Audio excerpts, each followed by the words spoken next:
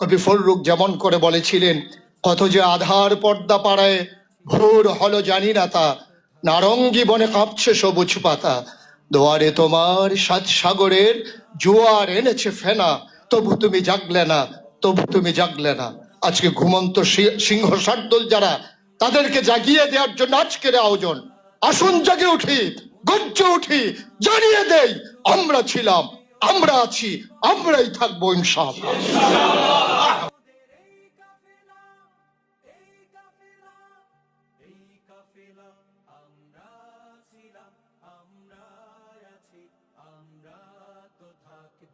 মুছে যাব না, আমরা ছিলাম, আমরা আছি, আমরা তো থাকবো, মুছে যাব না।